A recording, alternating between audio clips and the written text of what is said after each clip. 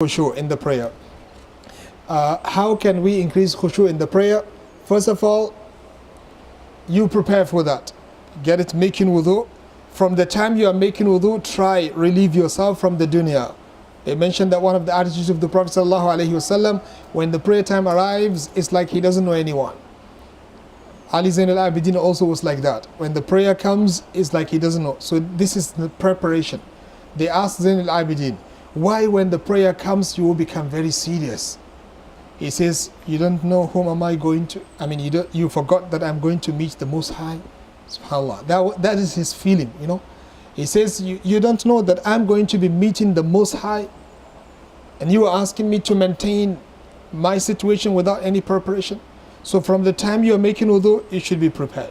You remember that you're going to be meeting Allah subhanahu wa ta'ala, and this is the most exceptional meeting and the greatest meeting that is happening in your life before you meet Allah subhanahu wa ta'ala, the real meeting. This is when you pray.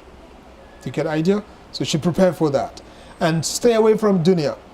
Don't go to pray with akramakumullah, the pushing urine, trying to stop it, or the gas, or one of them, you know. The Prophet ﷺ said you shouldn't do that. Don't go and pray when the food is ready. You'll be remembering what? Food. The Prophet ﷺ said you should eat your need first and then go and pray. And the same also, the same to be said to somebody who goes to the masjid with things that are distractive. If you have a child that usually distracts, keep him at home. Teach him first how to relax in the prayer, then bring him to the masjid so that he will not annoy the others.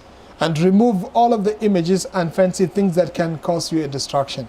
Nowadays, there is nothing to be done because in all of our masajid on earth, we have these fancy things, carpet and all of these things. So sometimes when you pray, you look at them in the ruku. How many lines are there? How fancy? You know, the Prophet ﷺ prayed one prayer and the clothes he was wearing has line. These are just lines. Huh? Right after the prayer, he went home and took it off. And he brought it back to somebody and he said, please take it to so and so and ask him to give me another one which is plain, because these lines distracted me in my prayer.